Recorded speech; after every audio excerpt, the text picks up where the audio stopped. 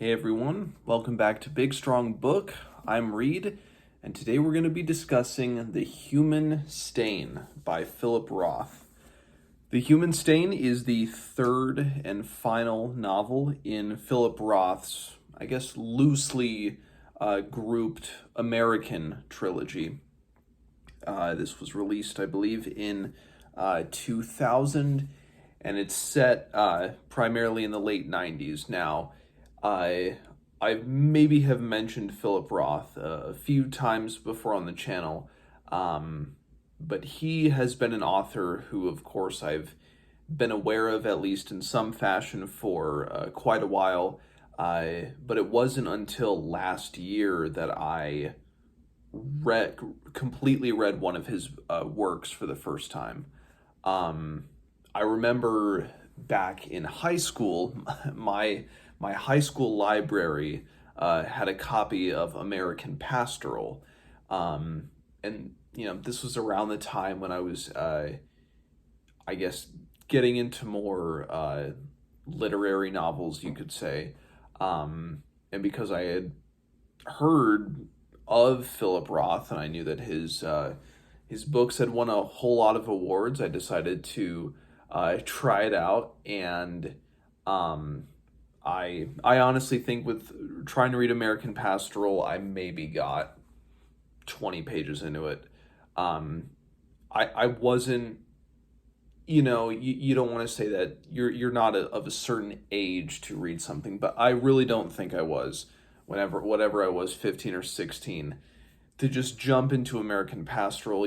I didn't at that point really have many other great American novelists kind of under my belt, especially Roth's contemporaries. I was coming to it having never read any of McCarthy, Faulkner, Melville, to name a few.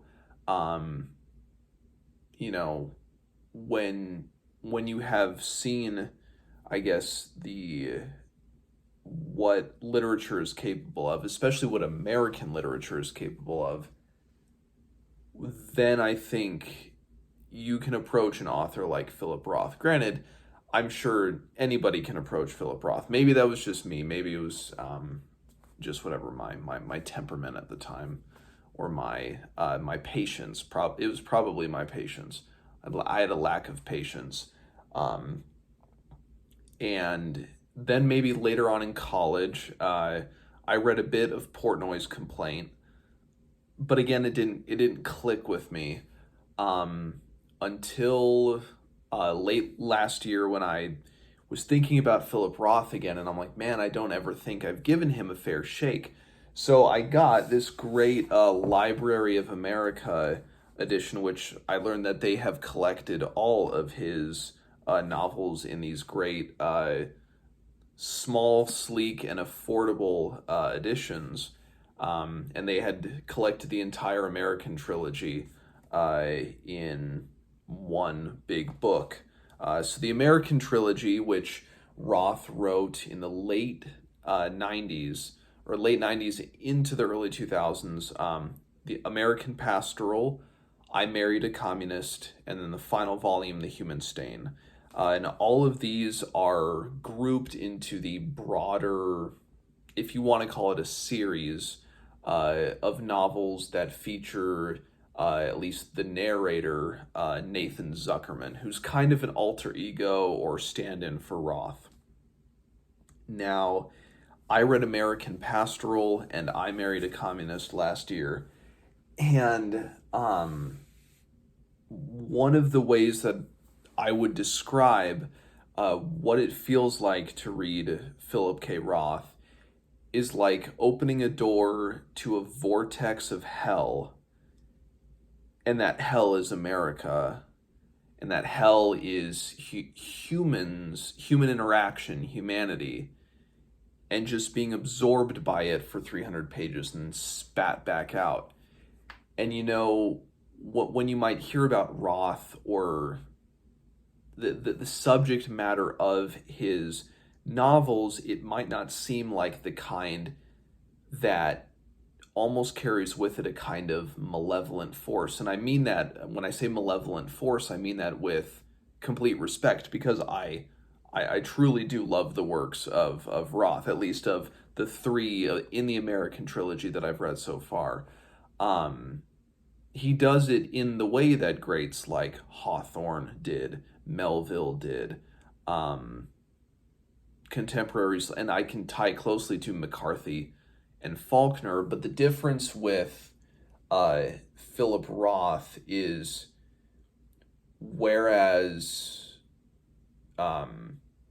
McCarthy, certainly Faulkner, did so, I don't want to say did so in a kind of anti-intellectual way, because it's not true. But I think what Faulkner and McCarthy operated from was more of an esoteric, trying to get to the base and archaic nature of humanity, or nature of and commentary on America. Whereas Philip Roth moves like a freight train going full speed ahead. Just with his prose style, it's unrelenting. It is non-stop. It is not sparse. It is equal points eloquent and exhaustive. It is borderline satirical. There are definitely some funny moments, a lot of moments in The Human Stain in particular that caught me off guard and just made me laugh. But I guess another way to describe his prose was actually, it was a negative review that I saw of American Pastoral, I think on Goodreads. And somebody gave, I think, American Pastoral 1 out of 5 stars. And they said, I hated this book, and it felt like I was in a nursing home listening to my senile, faux liberal grandfather rant for hours and hours and hours. And I have to say I agree with them. But I kind of love Roth's writing for that quality, where it kind of at some points feels like a senile grandfather ranting. But I think but then it might not be so much a rant as Roth is just trying to get all of this out. He's getting all of these conflicting variables, these contradictory elements within his characters, within America. I mean, that's what he is writing from. That is what he is writing about. That's what he knows. And poignant to say, that Nathan Zuckerman, or if you want to say Roth, is just kind of this aging, elderly man who is viewing all these things around him, and he's viewing it from the comfort of the Berkshires, or perhaps the discomfort, as happens in this novel, where Zuckerman, at least as far as I've seen him from reading the American Trilogy, is really pulled into the narrative. With American Pastoral, he's dealing with a kind of almost mythic, idealized figure from his childhood in Swede Lvov.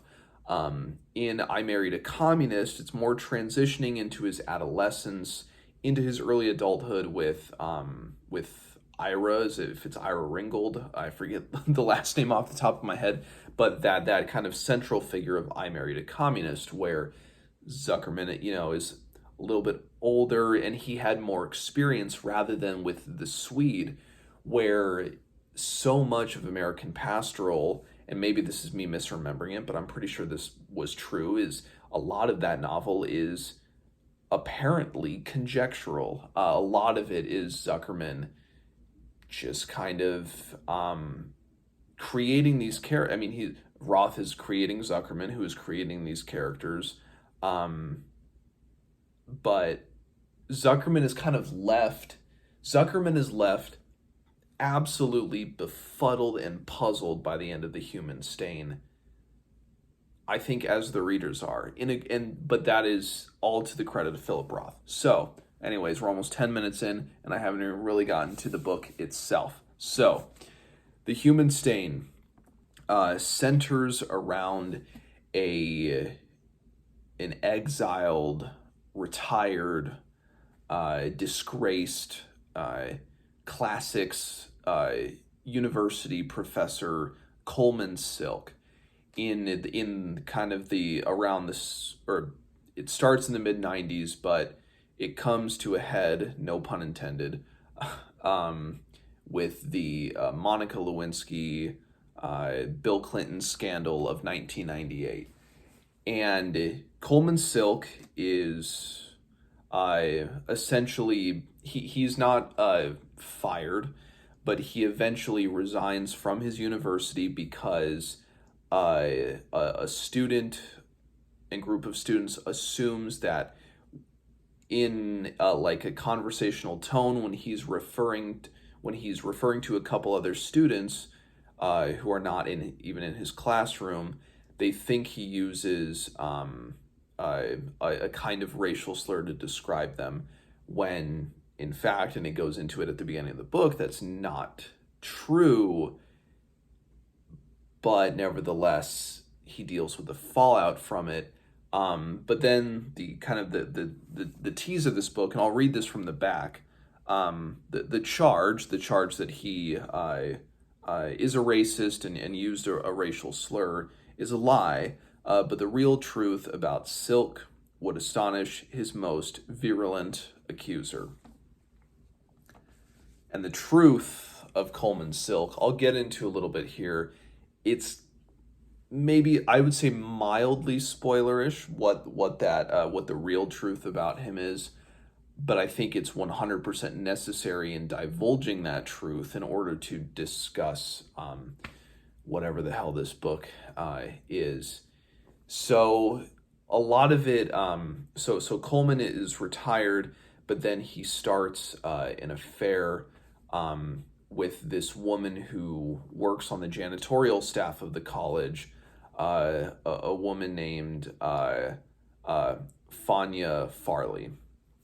And she seems to be this, mid-30s. She claims to be illiterate and owes from a very brutal, abusive background with a stepfather and then with an ex-husband. And she's carrying with her the guilt and the ghosts of her two children who died. And this book, whereas American Pastoral and I Married a Communist strayed pretty clearly in terms of it being almost always about Nathan Zuckerman, or at least him. We're seeing it through his eyes. This is one where it goes, it disseminates a lot more into more perspectives into Coleman Silk, into Fanya, into Les, her ex-husband, into Delphine, who is a French, not a teacher of French, but a French professor at Silk's former university. But it goes into all these supporting characters, and it feeds into them as if, in many respects, this might be the story that Zuckerman is most closely tied to, because it's the one that he just cannot make sense of. There were the senseless acts of violence in American Pastoral. There was the hoopla of McCarthyism with I Married a Communist. There's all this crazy energy and these crazy things going on. But it's in a time where the plot of this story is set just at a moment in a time when sensationalism and the need for people to get, I think, swept up in these bombastic, if not terrible stories, it pulls people in. But on a more individual level, kind of with this title being The Human Stain, it starts to get tied around in a conversation between characters later on in the novel, when they talk about kind of the stain that people leave when they interact with one another, when they build these relationships, when they fall apart. That's all you can really be, perhaps, to somebody, is a stain of some respect on their life, on their trajectory.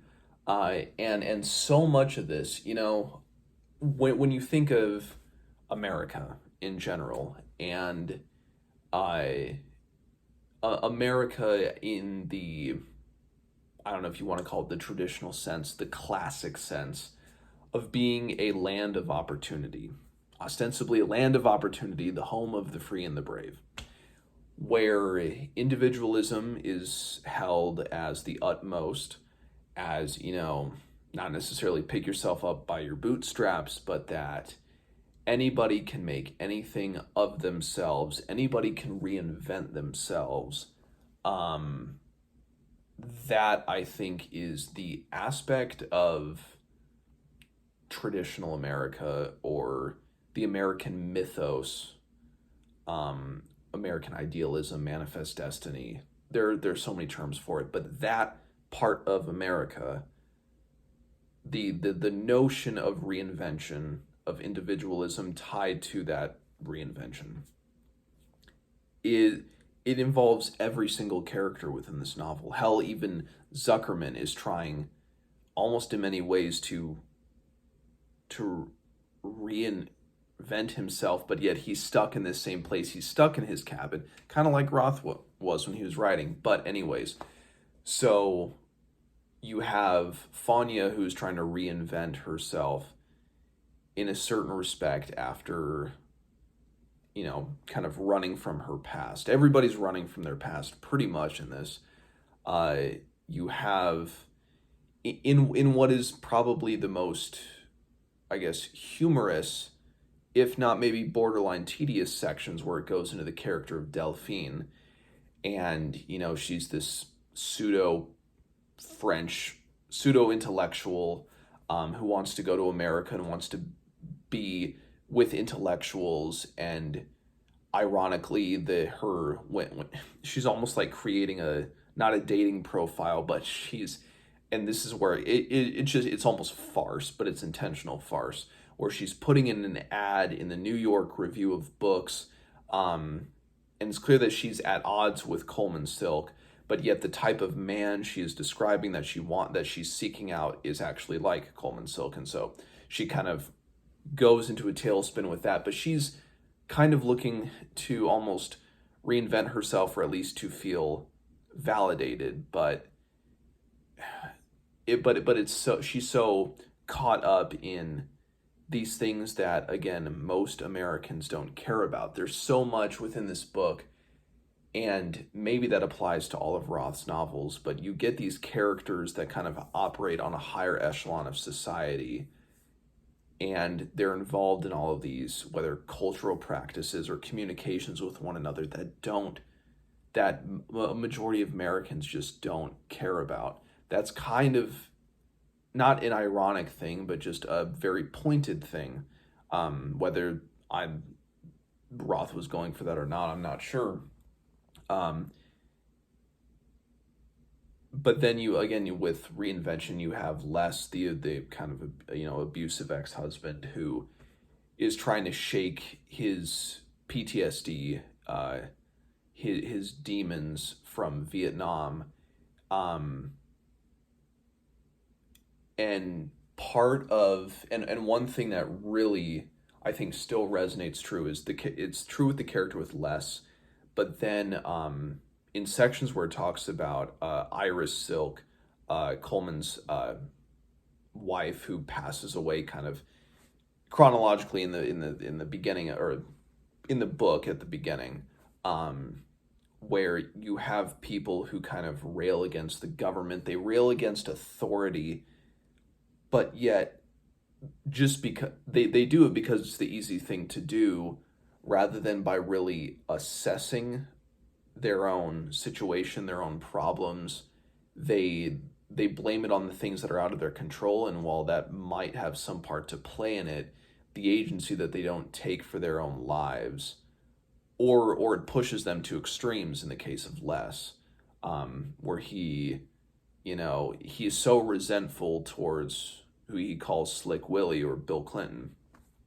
And he just is spiraling out of a deep end, and ironically, he has the support system he needs from fellow veterans, but he just feels like he has to commit these acts of violence in order to kind of satiate these demons within him, but he knows that he can't expel it from himself. So maybe that's reinvention in a certain way. I'm not sure.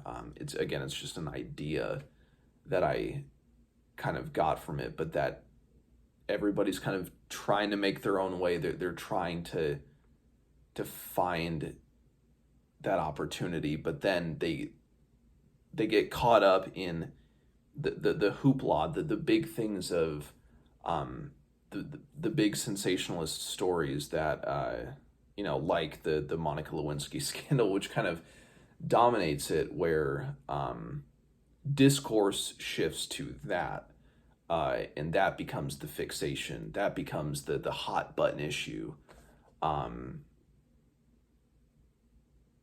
Maybe I'm not making any sense. I'm kind of rambling here, but anyway, so I'll get into a little bit with Coleman Silk himself. So mild spoilers, but it's revealed that Coleman he is merely presenting himself as a white or Caucasian Jewish man, when in fact he is a lighter skinned black man. And ever since college, pretty much, he has been presenting himself as a Jew. And it's and that's the thing that befuddles the reader. It befuddles the protagonist. It is a question that Roth asks: what if there was somebody like this who, ironically, later in their life is accused of being a racist, accused of using a racial slur, but yet then in his own past, he is actually a black man, but nobody knows this, but he's presenting himself as white or as a Jew, and he is seeking a kind of reinvention. And it stems from Coleman dealing with an experience where he was discriminated against, where somebody used a slur against him when he had never experienced that in his life. And it was a big section where Zuckerman almost surmises that in that moment, Coleman wouldn't bow any longer, that he would go full tilt in the other direction, and he would sever himself from his past. But in doing so, then he isolated himself completely from the family that he had grown up with, that had supported him. Felt a need to almost validate himself in everything, and he becomes such a complex character in doing so. And he rails against everyone and everything. He rails against up and coming students who aren't are trying to look at things through too many different lenses. Maybe because he knows that,